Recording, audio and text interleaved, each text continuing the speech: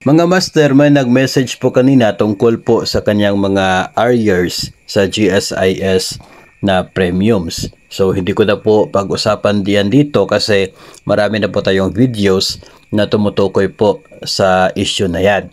Dito kasi ay meron siyang nabanggit na parang hearsay doon sa kanila na baka raw kaunti lang yung net take home ng kanyang co-teacher na nag-retire dahil sa unpaid na premiums dito po sa GSIS. Hindi po siya directly, kasi nga hindi naman ibabawas from your proceeds, from your claims, itong arrears sa premiums sa GSIS. Hindi po yun ibabawas. Pero at some point ay nagkakaroon siya ng epekto doon sa matatanggap na benepisyo, in particular po kapag cash payment o kaya ay lump sum. So ganito po yun. Kapag may arrears sa inyong premiums sa GSIS, ibig sabihin mas mababa ang inyong nakarecord na period with paid premiums kasi may arrears. So malaki yung difference ng length of service doon sa period with paid premiums.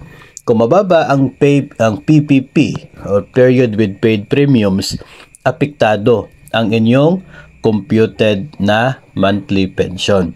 Kasi si monthly pension, ang gagamitin po niya sa kanyang formula ay yun pong inyong PPP. So dahil sa kakulangan sa remittances, mas mababa ang PPP, mas mababa ngayon ang computed pension.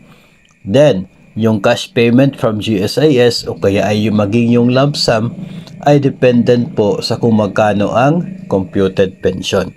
Kapag doon ka pipili sa pension agad, makakatanggap ka ng 18 times ng inyong computed pension. So, apektado ang makukuha mo kasi mas mababa yung computed pension niya. Pagdating naman sa lump sum, yun ay 60 months ng inyong computed pension. So, mas mababa ang makukuha mo as a result doon sa mga arrears sa premiums. Kaya importante na talagang updated, kung magkano talaga yung dapat na remittances mo, dapat yun din ang makukuha o ma-record doon kay GSIS. Maliban na lamang doon sa mga period na talagang aminado ka na wala kang serbisyo. Noong mga period na talagang without pay ang mga leave mo, ay talaga pong kukulangin yung magiging PPP dahil doon sa leave of absence without pay. So talaga pong may epekto yun.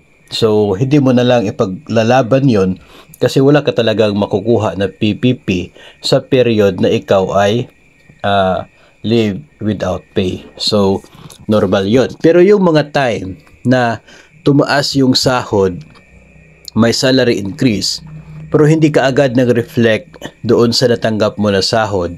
So, sa record kay GSIS, kulang yung remittance. Kasi hindi ka nabayaran ng tama na sahod mo kasi hindi pa ito nag-reflect sa payslip, sa sahod. So, kinakailangan ma-process yung differential, yung kulang. Nang sa ganon ay magkaroon na ng deduction doon para sa GSIS pambayad doon sa kulang sa remittances dulot ng kulang din na naibigay na sahod. So yun ay pwede mong maiprocess yun. Pero yun nga, yung period na leave without pay ka ay talagang wala ka makukuha doon na PPP. So apektado yung magiging computed pension. So yun po yung ating sagot o atin pong explanation doon sa relevance ng pagkakaroon ng arrears at epekto nito, arrears sa premiums doon sa inyong makukuha mula sa GSIS upon your retirement.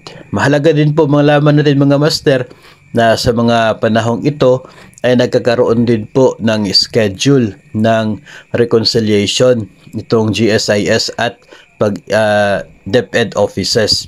Siguro ay pwede po kayo magtanong sa GSIS po ninyo kaya ay sa inyo pong division kung mayroon na bang schedule dyan sa inyo para sa ginagawang reconciliation ng mga records ni GSIS at ni DepEd. Mahalaga po yun kasi yun po ay merong malaking epekto doon sa magiging future benefits mo mula sa GSIS.